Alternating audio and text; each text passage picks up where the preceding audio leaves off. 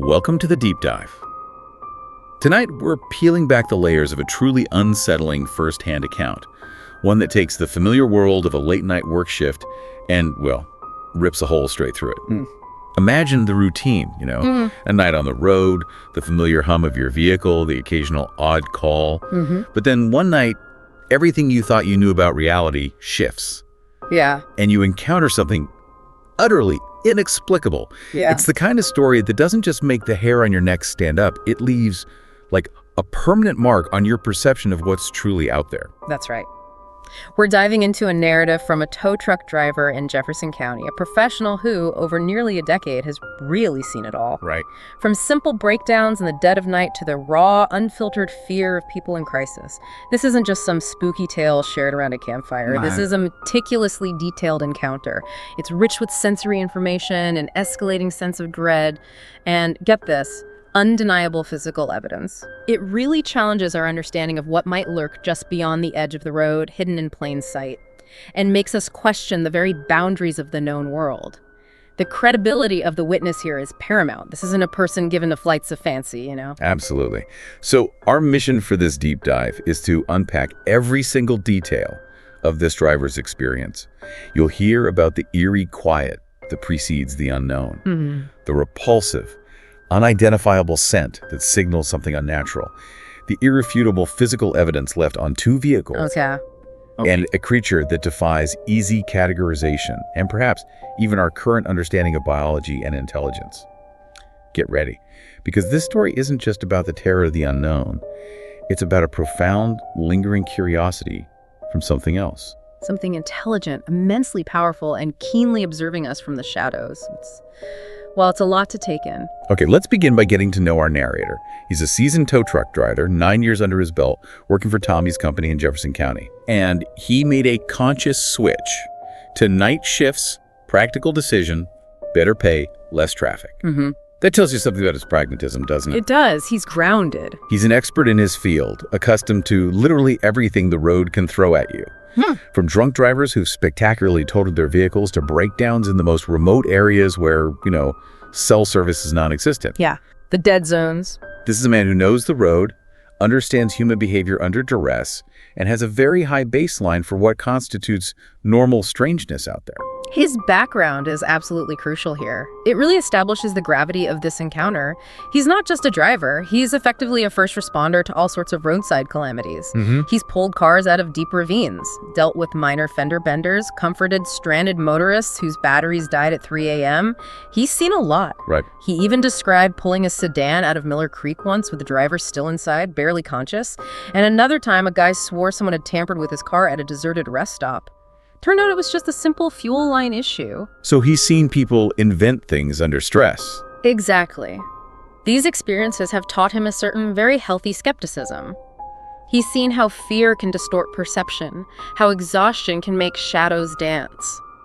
This isn't a man prone to wild imagination. He relies on practical assessment and observable facts. Okay. All of this is vital context because all that experience, all that skepticism just couldn't prepare him for the call that came in last week. This one was fundamentally disturbingly different. And different it was right from the very start. The call came in at roughly 2:30 a.m. Dead of night? Yeah, car off the road, mile marker 18, maybe someone inside. Okay, standard enough so far, maybe. But his dispatcher, Beth, added a detail that should immediately raise red flags. No, what's it? Caller couldn't get close enough to see clearly. That shifts things, doesn't it? This isn't just a mechanical issue anymore. It absolutely is not. The early warning signs are all there, immediately establishing this profound sense of isolation and, potential danger. Consider the time. 2:30 a.m., when the world outside our homes is often at its most silent and imposing. Then, the remote location. Mile marker 18 on a less traveled road means you are far from any towns, far from regular traffic. And almost certainly out of cell service. Exactly. A mile marker, for those maybe unfamiliar, is essentially a roadside odometer, right? Counting off distance. So mile 18 here implies significant wilderness. Okay. And most critically, the caller's inability or maybe unwillingness to approach the vehicle.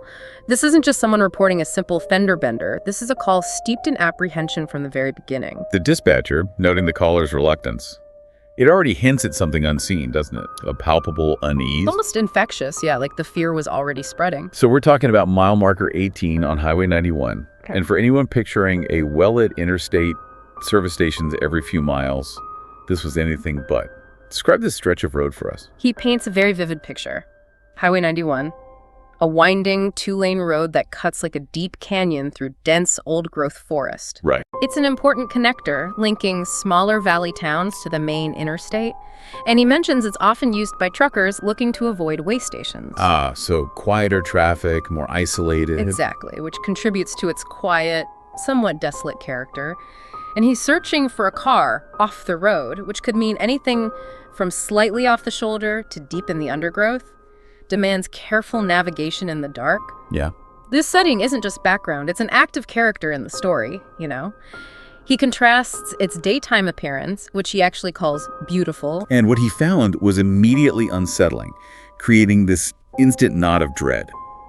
He located a silver Chevrolet Malibu, maybe 6 years old, roughly 12 meters deep into the woods. 12 meters! That's pretty far in. Yeah, on a relatively flat patch of ground, though. The engine was off, but the headlights were still on, piercing through a thick fog that had rolled in. Oh, fog too. Great. You're creating this almost theatrical, eerie illumination. At first glance, it almost looked like someone had just pulled over to make a call or rest, you know? But that impression just evaporated instantly. How so? Well, the first unsettling detail quickly emerged as his flashlight beam hit the car.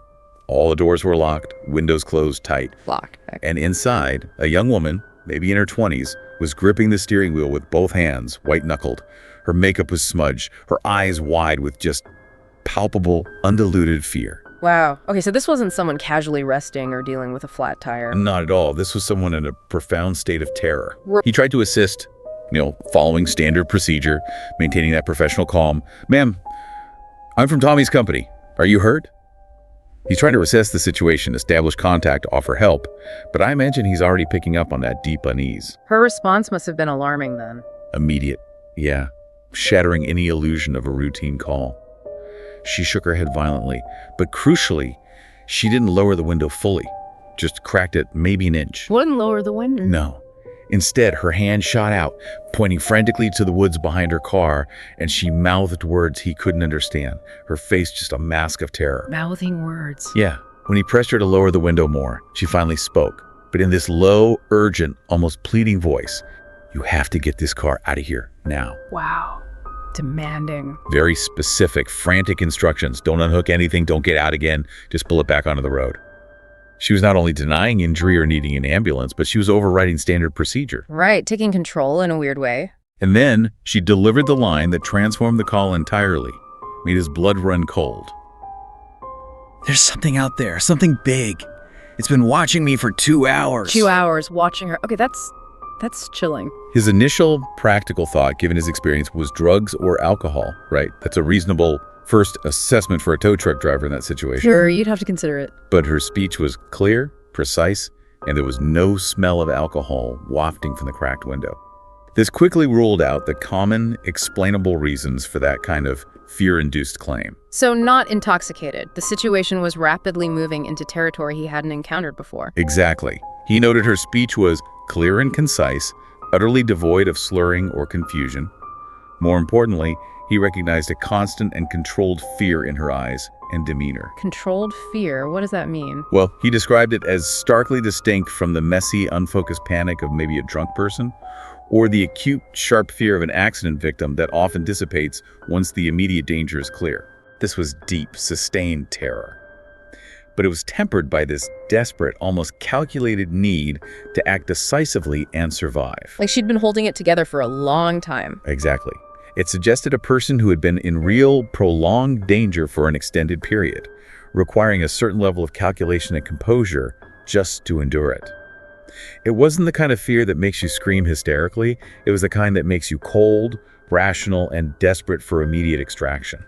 That raises an important question for us, doesn't it? What kind of danger, what kind of being evokes that kind of profound, calculated fear where a person is fully lucid, yet utterly consumed by terror? So deciding, maybe against his initial skepticism, but definitely responding to her terror, to help the woman, the driver began to work. But the environment around him, It had dramatically changed. How so? The moment he stepped away from the woman's car, returning to his truck to maneuver it into position, the woods became quiet. Too quiet. He noticed it immediately. A profound shift in the natural world around them. That unnatural silence, that's a classic sign, isn't it? Almost primal. Yeah. He notes there were no hooting owls, no rustling of small animals, nothing. Just the low, almost comforting hum of his own truck and the distant, almost imperceptible sound of an interstate truck miles away.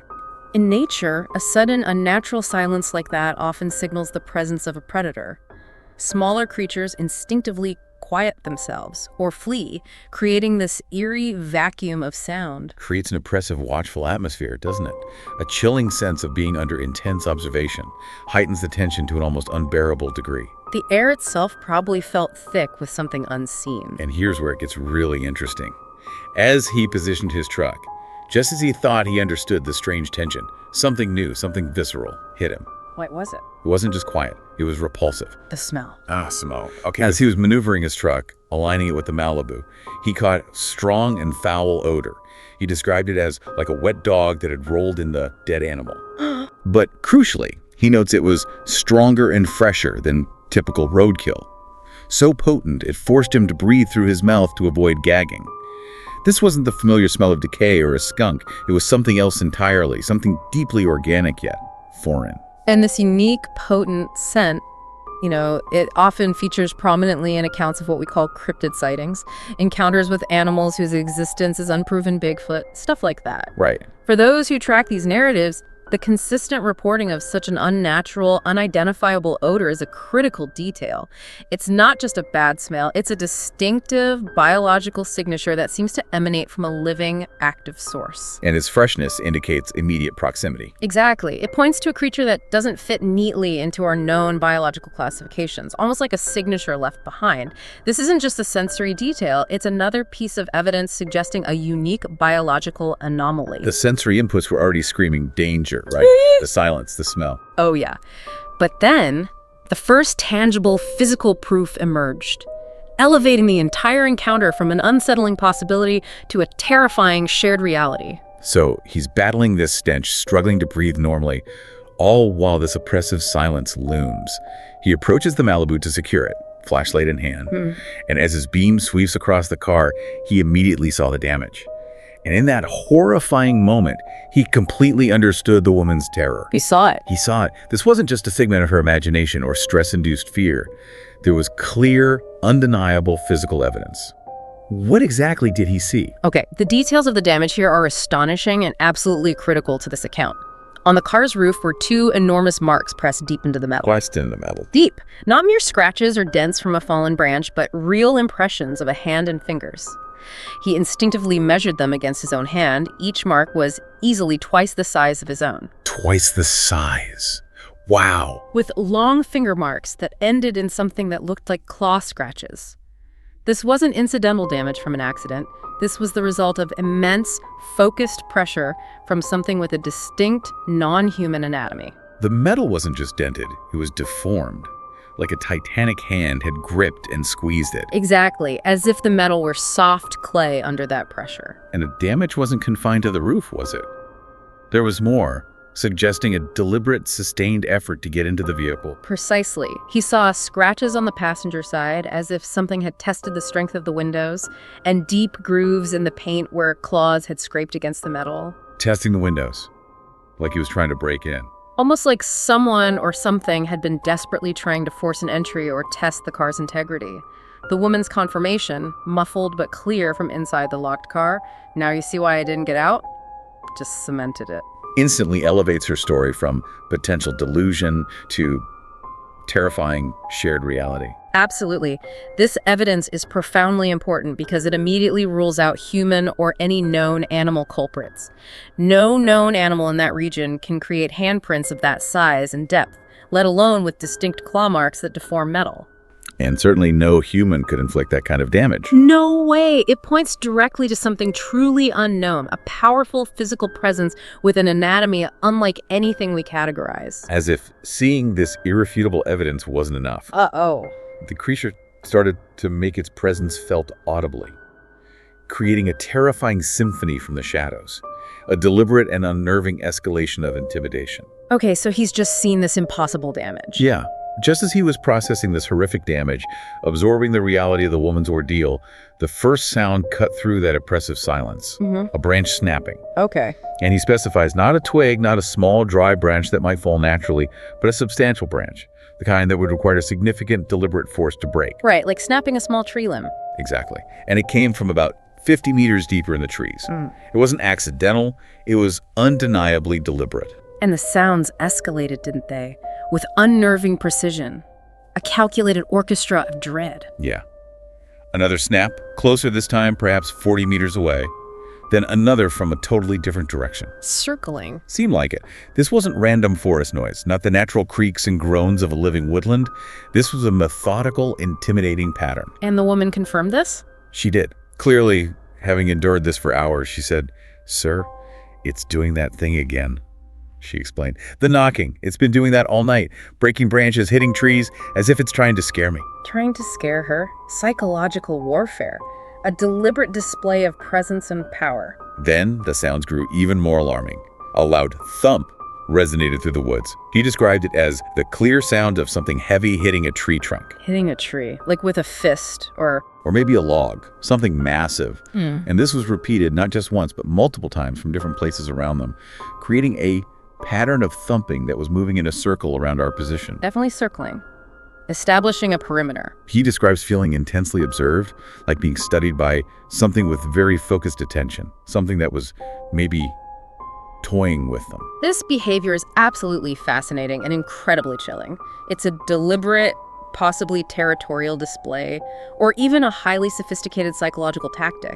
The creature wasn't merely making noise, it was actively creating a perimeter of sound. Letting them know it was there, it was powerful, and it was watching their every move. With predatory intent. The systematic nature of the thumping, combined with the earlier broken branches, suggests a higher level of planning and intent than a simple animal. It's an active display of dominance and intimidation. Almost a conversation, but one where they were the terrified listeners.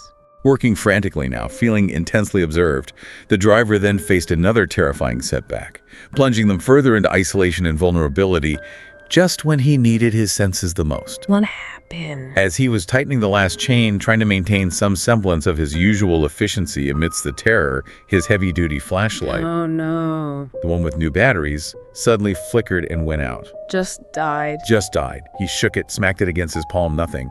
The already dark woods, now shrouded in thick fog, plunged them into an even deeper, more terrifying darkness, broken only by the Malibu's headlamps. Oh man, the psychological impact of losing your primary light source in dense fog and dark woods, that's immense. Totally disorienting, Yeah. terrifying, instantly amplifying their extreme vulnerability. And it raises unsettling questions, doesn't it? Was it just a coincidence, or did the creature somehow influence the electronics?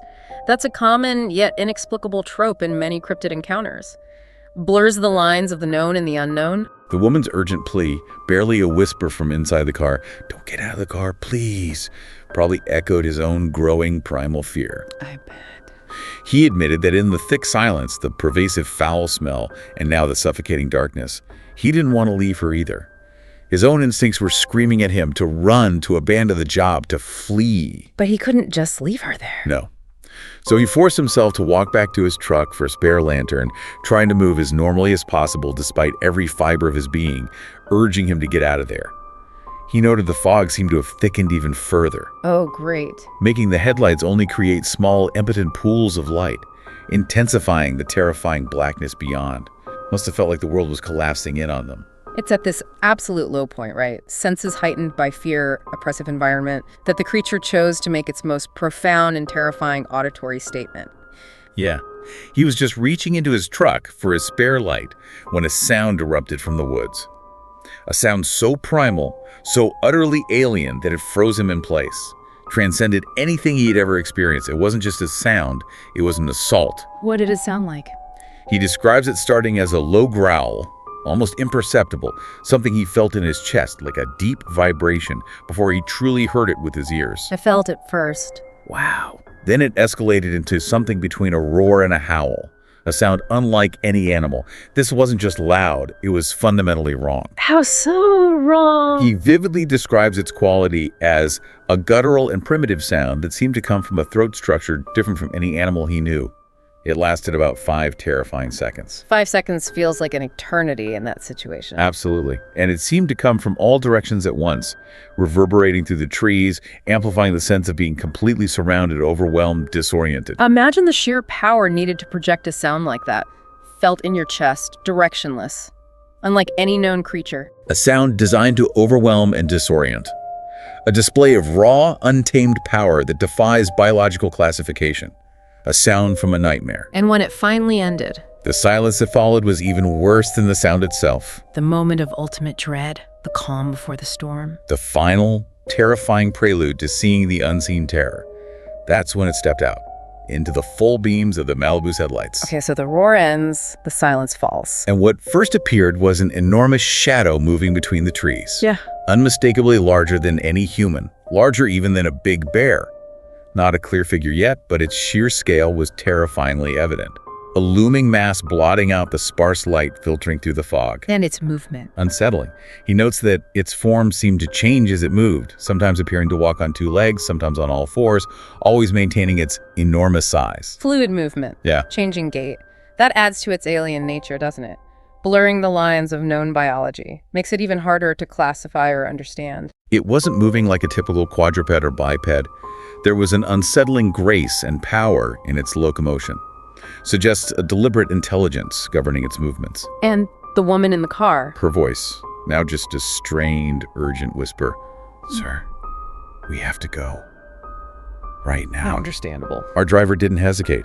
He was already pulling the Malibu with the winch when the creature moved out of the tree line and into the full blinding glare of their lights. Out in the open, fully visible. And then, for a few terrifying seconds, the creature stood there, in the full brightness of their headlights, fully revealed, no more shadows, no more indistinct shapes or looming figures. It was there, undeniable, a physical presence that defied all logic. This is where his meticulous observation really kicks in, right? That almost photographic memory under pressure. Exactly. He provides this detailed, almost forensic breakdown of its physical appearance burned into his mind. Let's go through it. Okay. Size. He describes it as gigantic, at least 3 meters tall, maybe more. 3 meters, that's 10 feet. Maybe taller. Just towering. Towering. Coat. Covered in thick, dark, shaggy fur that didn't reflect the headlights. Absorbing the light, like a void. That's menacing. Ethereal, almost. Yeah, making it appear as a black hole in the light. Proportions. Its shoulders were too wide, giving it this immense, powerful, almost brutish build. Its arms so long they almost reached its knees. It's like a great ape, but exaggerated, unnerving. Yeah. Suggests incredible reach and strength. Hands. Ended not in blunt claws or paws, but in distinct, thick, sharp claws. Formidable weapons clearly designed for tearing, unlike anything he'd seen on a bear or other large animal. Right. Claws designed for ripping. Predatory. Face. This is maybe the most disturbing part. He describes it as, looked like a person's, but with wrong proportions. A person's face? But wrong. Oh man, that's a chilling parody of humanity, sickeningly familiar and utterly alien at the same time. Not an animal's face, a twisted, nightmarish reflection of a human one. Eyes. Deep set and reflected the headlights with a yellowish green glow. Classic eye shine of a nocturnal predator, but you said with an intelligent glint, suggesting consciousness. That's how he perceived it, yeah. And mouth. When it opened its mouth, pointed teeth designed for tearing were visible. Confirming its predatory nature, but also its grotesque non-human facial structure. Wow. What's truly fascinating here is the sheer level of detail he provides, isn't it? This wasn't a fleeting, indistinct glimpse. It was an undeniable, terrifying portrait burned into his memory. He had a few seconds of full, unhindered observation, and he absorbed every frightening feature, every impossible detail. But it wasn't just its appearance that shocked him. It was how it moved, and more unsettlingly, how it behaved, indicating something far more complex than a mere beast. Indeed, the creature didn't move like a common animal. Each step was calculated, as if it were thinking about every movement. Not brute instinct. Suggests a cognitive process and intentionality far beyond a typical beast. He could see the display of immense controlled strength, right? With muscles under that thick fur contracting and relaxing in a deliberate, precise manner. indicating both staggering power and pinpoint control. He perceived it not as an animal driven by pure hunger or aggression, but as a, quote, predator that had chosen not to attack yet, but could change its mind at any second. That speaks to a higher intelligence, doesn't it? A creature exercising restraint, evaluation, almost assessing the situation. And the woman's desperate screams from behind him just amplified the urgency, a guttural sound of pure terror. Go, go, go, go. She clearly understood the threat, its immense power, even if it wasn't immediately attacking. The creature's reaction to the driver accelerating was chilling. It didn't back down, didn't flee, didn't even seem startled. What did it do? It accelerated its pace, moving faster than anything of that size should be able to move, covering ground with unbelievable speed and agility. Faster than it should. How fast are we talking? He just said incredibly fast for its size. It reached the driver's door as the truck slowly began to gain momentum, still dragging the Malibu. This demonstrated an unexpected and terrifying combination of speed and agility for such a massive being, defying the laws of physics as we understand them for its size. So it caught up to the moving truck. Easily. And then, the most terrifying moment. He found himself looking directly into its face from less than a meter away. A meter away, that close. That close. A horrifying, intimate close-up. He could hear its deep, ragged breath fogging the glass between them. This wasn't just an encounter. It was a direct, personal confrontation, an almost impossible invasion of his personal space. And this is where the interaction truly shifts, right? From mere observation to a calculated, intelligent engagement. Exactly. Yeah. It placed an enormous hand against my door, causing the metal to groan under the pressure. Groan. The metal actually buckled. Yeah. The handprint, complete with its impossibly long fingers and thick black claws, completely covered the window, obscuring his vision for a horrifying moment. The sheer force was enough to deform the truck door, even with the creature seemingly holding back. Holding back. Right. But still deforming metal. Wow. But its gaze, that was the most unsettling part. Yeah. That's what he stressed. Its eyes, those deep-set yellowish-green eyes, moved from his face to the truck's interior, then to the terrified woman in the Malibu. It wasn't the look of a wild animal, it was the look of something that was thinking, analyzing, making a decision. Analyzing, making a decision, like weighing its options, understanding the consequences. Chilling. And then, the creature started to tap the side of the truck. Not an attack, but deliberate taps. That's an almost human gesture, isn't it? An unsettlingly human gesture, yes. How many taps? 3 times. Not violently, not with the intent to smash, but with controlled taps, as if it were testing the metal's resistance. Testing the metal. All while observing the driver's reaction, his fear, his paralysis. This wasn't just physical contact. This was like a predator playing with us, seeing how far it could go before we broke. An act of psychological warfare. A test. A deliberate interaction rather than a mindless attack. It was engaging with them almost playfully, but with this underlying threat of immense unrestrained power. And then, perhaps the most chilling, the most indelible detail of all, he noticed it was smiling. Smiling, a smile. From that, a colossal, fur-covered being with a human-like yet wrong face and pointed teeth. That's a truly disturbing, almost malevolent image. It fundamentally reframes our understanding of this encounter. It absolutely does. This smile isn't just about showing too many teeth, it fundamentally reframes the encounter. He describes it as not a person's smile, but an expression that showed too many teeth in a way that made it clear it knew exactly the fear it was causing. It knew. That elevates the creature from a mere threat to a conscious manipulator, a being capable of psychological warfare. Suggests a level of intelligence that grasps human vulnerability and perhaps even revels in the terror it instills. This isn't just animal instinct. It's a deliberate, calculating display of power. Challenging our very definition of higher intelligence and what constitutes a predator in these remote woods, it forces us to ask, what does it mean when the hunter is also a strategist of fear? It almost felt like an experiment, a game played by an entity completely outside our frame of reference. And then, just as suddenly as it had appeared and engaged them, something shifted in its expression, and it recoiled. Recoiled. Why? He didn't know. But our driver didn't wait to see what it would do next. He saw his chance and took it. Didn't hesitate for a second. He floored the accelerator, pushing the old tow truck and the Malibu behind him as fast as the chains allowed. In his side mirror, he saw the creature diminish in size, but it didn't disappear into the woods. It didn't run off. No. It just stood there in the middle of the road watching us leave. It wasn't retreating, it was observing their departure, almost waving them goodbye in a terrifying way. And the most unsettling detail from the rearview mirror, Was that even in the mirror, you could see it was still smiling. still smiling, emphasizes the creature's self-awareness, its continued observation, and perhaps its satisfaction with the interaction, its game. Suggests a lingering presence, a knowledge that it had left an indelible mark, not just on the vehicles, but on their minds. So they just drove, didn't stop. Didn't stop until they reached a gas station 10 miles down Highway 91, a beacon of harsh fluorescent light and the relative safety of civilization. Must have been a huge relief to see those lights. Immense. The driver's hands were trembling so much he could barely put the truck in neutral.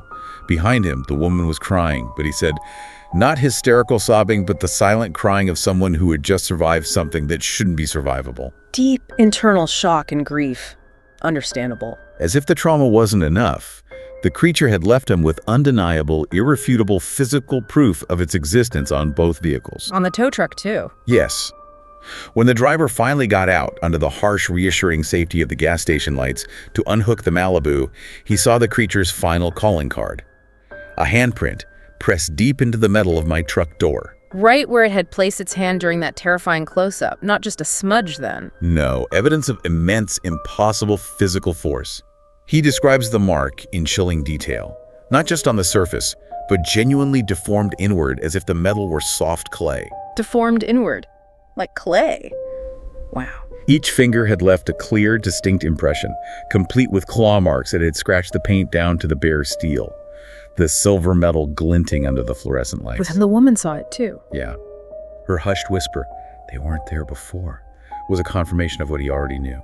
A shared moment of profound, cold dread. And his agreement, a simple, no, they weren't, sealed the terrifying reality of their shared experience. This new shared physical evidence under the cold, rational light at the gas station is profoundly significant, isn't it?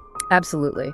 It moved the encounter beyond subjective experience, beyond a mere story, into verifiable, tangible fact for both witnesses, cementing the reality of what they had just faced. No longer could they dismiss it as an illusion or a stress-induced hallucination. The proof was right there in the deformed metal, an impossible signature. So, with all this undeniable proof, the question that haunted them both, and now us, is, what exactly did this creature want? The woman voiced it, her voice still shaky. What do you think it wanted? And the driver's answer. After reflecting on those intelligent eyes, the creature's calculated movements, and that unnerving smile, it's truly profound. It shifts the entire narrative. What did he say? He said, I think it didn't want to hurt us. I think it was curious. Curious. Not malicious, but curious. That was his assessment, and the woman's agreement underscored this. Like, it was trying to figure out what we were. This shifts the narrative from pure monster story to something far more complex, more unsettling, and maybe more deeply philosophical. Let's really explore this concept of curiosity. If this creature, with its immense power, its strategic thinking, its unsettling intelligence, was simply observing or learning, what does that imply? About its nature, its long-term goals, its continued presence. Was it merely studying them as individual humans or trying to understand humanity in general? Is this a scientific curiosity, a detached form of observation, or something more primal? Perhaps even a prelude to something darker? It forces us to rethink our place in the ecosystem, doesn't it? Wow. And perhaps even in the hierarchy of intelligence on this planet. This is a critical point. Its actions. The deliberate sound making, the measured approach, the testing of the truck's metal, that final calculating smile, all point to intelligence. And if that intelligence is primarily driven by curiosity, that's a chilling thought. Does it mean it's assessing our vulnerabilities? Our technology? Our reactions? Is it part of a larger, unseen population systematically observing us? The driver quickly dismissed rational explanations, right? Like a person in a costume or an escaped animal. Yeah, he said the metal deformation on both cars, the sheer speed and agility, the foul scent, and its unnerving intelligence just made those explanations impossible. This was not a known entity. And this encounter left a permanent mark, didn't it? Not just on the vehicles, but on the driver himself, reshaping his perception of the world, his very understanding of his job. The immediate aftermath speaks volumes. He called in sick for the rest of his shift, something he rarely did. Spent hours trying to process what had happened. Sitting in his kitchen with coffee, compulsively replaying every detail, trying to find a rational explanation, trying to fit it into his experienced worldview. But it just wouldn't fit. And how his work life changed is equally telling. He still works night shifts, still takes calls along Highway 91. He still goes out there. Yeah, because that's his livelihood, his profession. But now he carries an extra flashlight and never works alone in areas where the trees grow dense and the fog rolls in heavy. A tangible, practical shift in behavior, stemming from profound trauma and a newfound, terrifying awareness. And the symbolic act of having the handprints on his truck filled and painted over, a desperate desire to erase the physical evidence, maybe. But the memory persists, an unshakable phantom limb of his experience. As he eloquently states with this haunted clarity, sometimes late at night when I'm driving through those dark stretches of road, I run my fingers over where they were, and I remember. And that memory is a constant, chilling reminder that his world, and perhaps ours, is far more complex than we assume. His chilling final thought leaves us with this profound sense of unease and wonder. Because whatever is out there in those woods, it's still there. Yeah. And now I know it's curious about us. This isn't just a tale of terror, it's a testament to the unexplained, a sliver of the unknown that occasionally bleeds into our reality. And it raises the profound question of what else is observing us. What other unseen eyes are watching, just beyond our perception, waiting for us to notice them. Hashtag tag outro up here. Wow. Okay. We've taken a deep dive into an extraordinary account, haven't we? A night on Highway 91 that brought a seasoned tow truck driver face to face with something truly beyond explanation. Absolutely. From the eerie silence and the unidentifiable stench to the undeniable physical evidence on two vehicles and those intelligent, curious eyes. This story forces us to reconsider the boundaries of our known world and acknowledge that there might be beings far more complex and powerful than we can currently comprehend, operating just outside our sensory and scientific understanding. The unique blend of terror and meticulous, almost forensic observation, coupled with that tangible proof left on both vehicles, makes this narrative incredibly compelling. It really does. It's a powerful reminder that sometimes the most frightening things aren't necessarily malicious in the way we understand it, but simply other. Yeah. And perhaps they're watching us as intently as we might watch them, just as curious about our nature as we are about theirs. This account stands as a powerful testament to the unexplained, a sliver of the unknown that, on occasion, breaches the veil of our everyday reality, leaving us to grapple with its implications. So what stood out to you in this incredible account? What questions does it spark about the hidden corners of our world, or even the nature of intelligence beyond our own? Yeah. It's about the implications of a being that exhibits such raw power, yet chooses to observe, to play, to smile. What does that curiosity truly conceal? If a creature of such immense power and calculated curiosity exists, observing us from the shadows, leaving its mark as a form of communication or perhaps a warning, what does it truly mean for our place in the natural order? Right. And how many other unseen eyes are watching us, simply waiting or learning from the periphery of our understanding, just like that creature on Highway 91? It's a question that truly makes you look at the woods and indeed the world differently. Thank you for joining us on this deep dive. Keep exploring, keep questioning, and stay curious. Just maybe not too curious about what's out there on those dark, winding roads, especially when the fog rolls in.